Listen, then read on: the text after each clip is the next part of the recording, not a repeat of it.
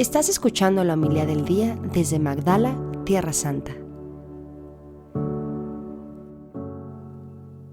En aquel tiempo, junto a la cruz de Jesús estaban su madre, la hermana de su madre, María la de Cleofás, y María Magdalena.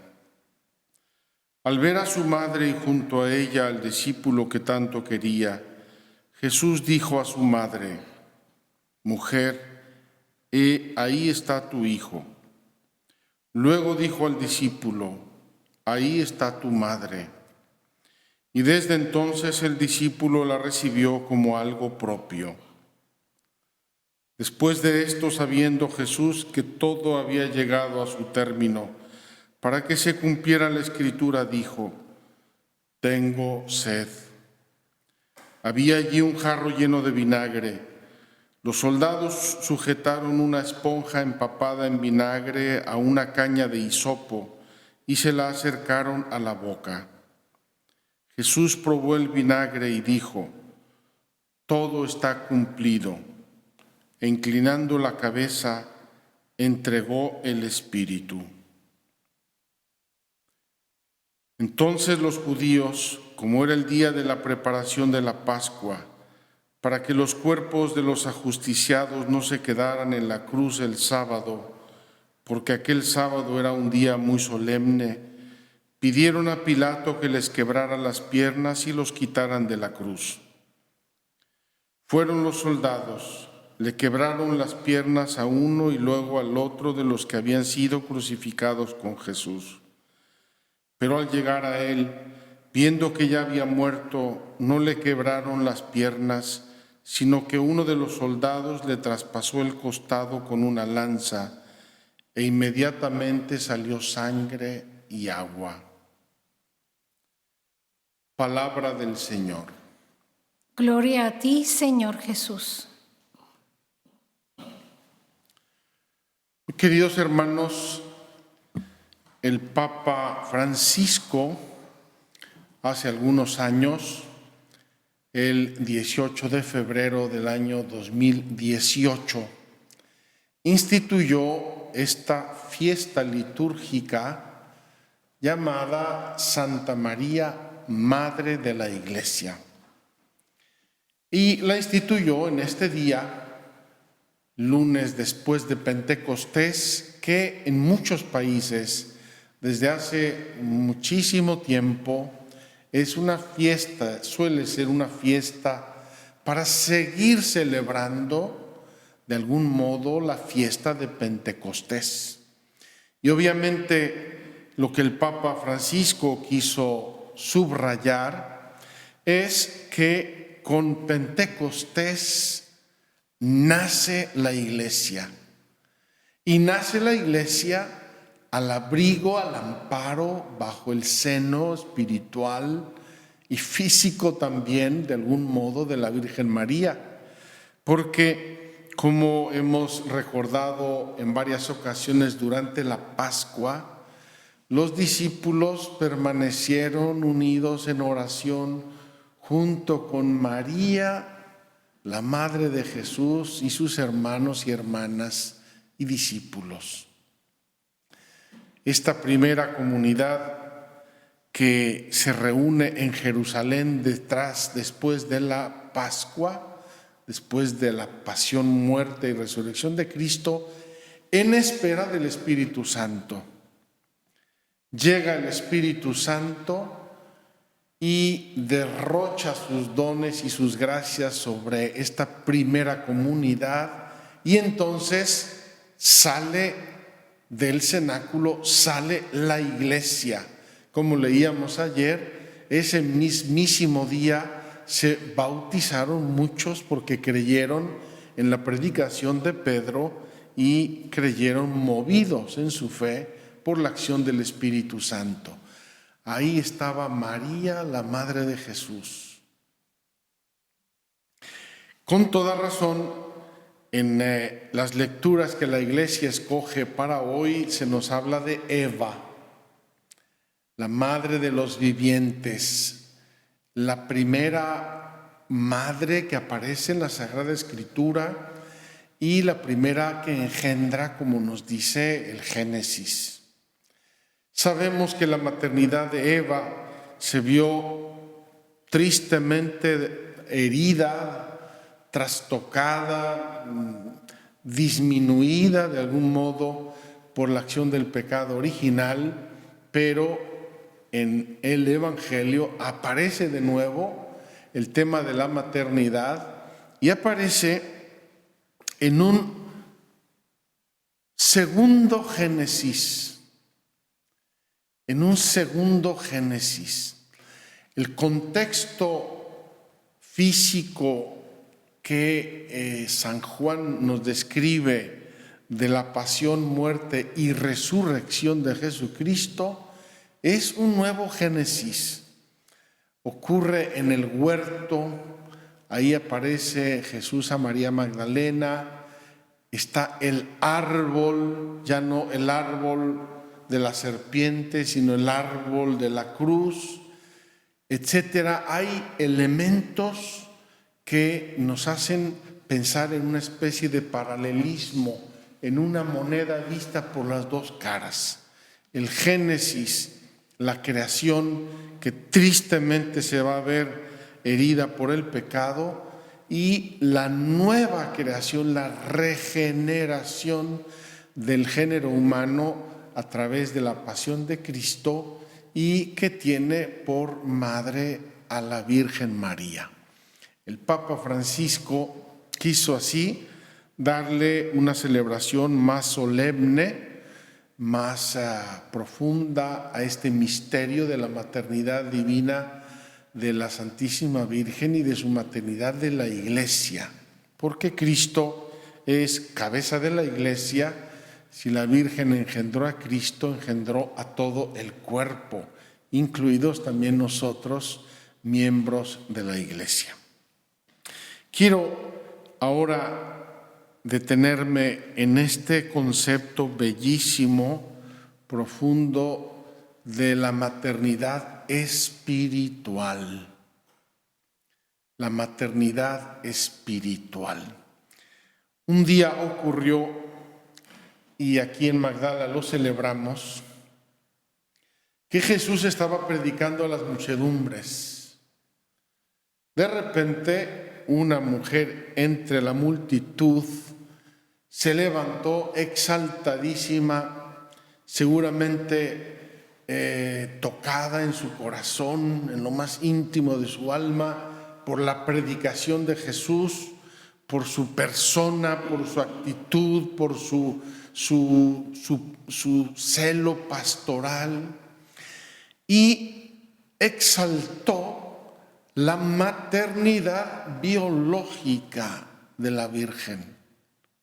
Dijo: dichoso el seno que te llevó y los pechos que te amamantaron, evidentemente haciendo alusión a la maternidad biológica.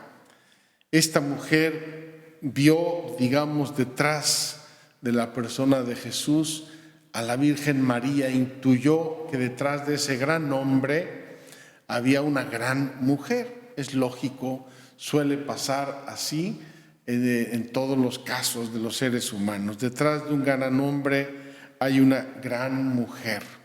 Pues bien, Jesús en aquella ocasión habría de responder: no dichosos, más bien los que escuchan la palabra de Dios y la ponen por obra. Fíjense, Jesús no niega que la maternidad biológica de su madre haya sido grandísima. No está diciendo que la Virgen no es importante. Está diciendo: es muy importante su maternidad biológica, pero es mucho más importante su maternidad espiritual. Es decir, un alma que acoge la palabra de Dios, que es el Espíritu Santo, y que la vive y la transmite a su alrededor. Las expresiones de este Evangelio son sencillísimas, pero son muy claras y muy potentes. Entonces, sentado que la Virgen María es gigante, hermosa y bella y dichosa por su maternidad biológica y sobre todo por su maternidad espiritual, Jesús desde la cruz, en un momento dificilísimo de agonía, de abandono, de cansancio, ya lo hemos hablado muchas veces, en un momento en que le debió costar tremendo esfuerzo y dolor el expresar esto, Jesús dice que esa exaltación de la Virgen queda extendida a toda la iglesia, porque queda extendida a los discípulos de su Hijo, a los discípulos suyos. Queridos hermanos, Jesús quiso extender esa maternidad. Y lo que va a pasar es que esta comunidad pascual se queda en Jerusalén por orden de Jesús, esperando que venga el Espíritu Santo. ¿Y cómo se quedan? Se quedan reunidos en el cenáculo y se quedan reunidos en oración con la Virgen María. Estamos aquí repitiendo un nuevo Nazaret.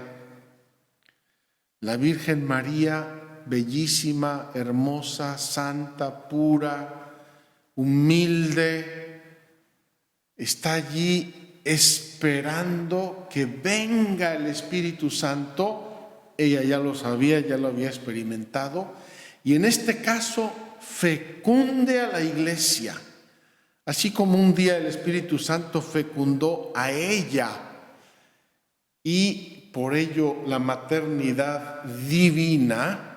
Ahora el Espíritu Santo va a fecundar a esta comunidad y de ahí va a nacer una nueva familia, una nueva presencia de Cristo en el mundo, que es la iglesia, el cuerpo místico de Cristo.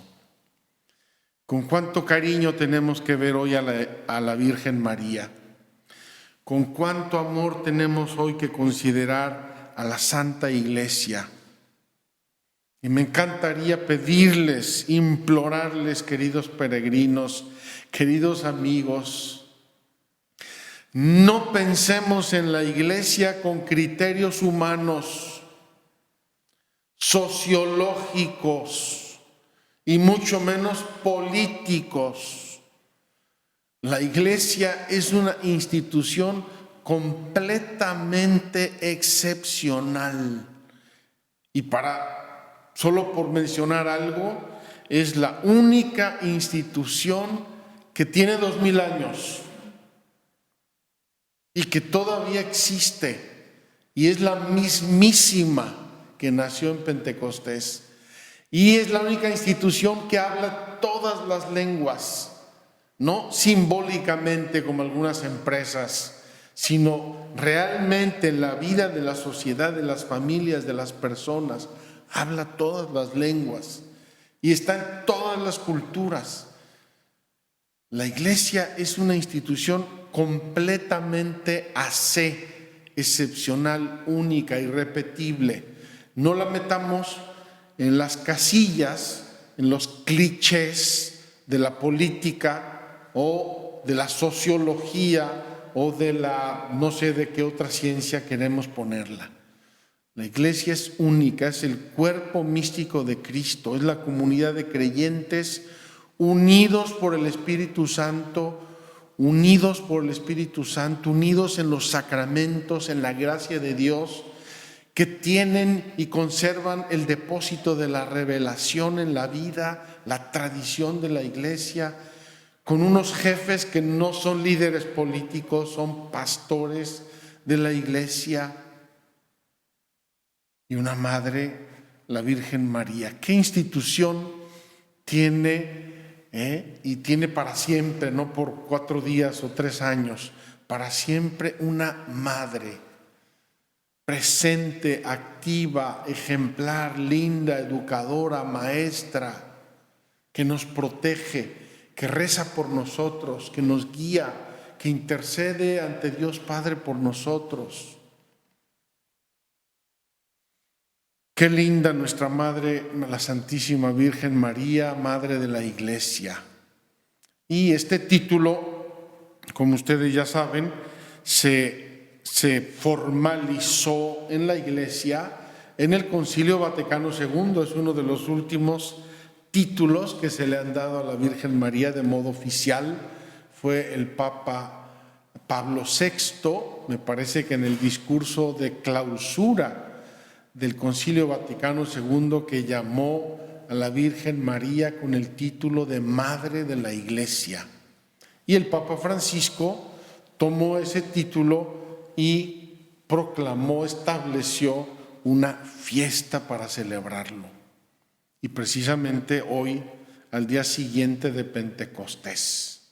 Queridos hermanos, también llamamos a la Virgen María Esposa de Dios Espíritu Santo. Ayer era Pentecostés, con toda razón. Hoy la Iglesia mira a la Virgen María. Dios te salve María Santísima, Esposa de Dios Espíritu Santo, Virgen purísima después del parto, dice la oración de la Iglesia bellamente. Pues también nosotros pidámosle a la Virgen que inflame nuestra caridad,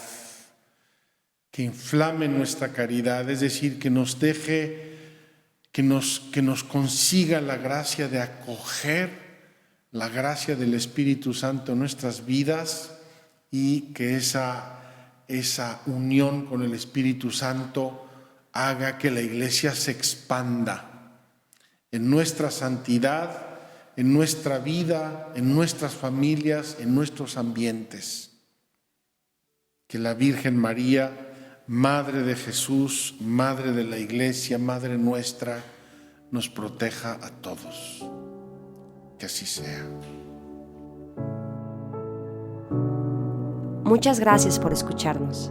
Si quieres conocer más acerca de Magdala, síguenos en YouTube y Facebook.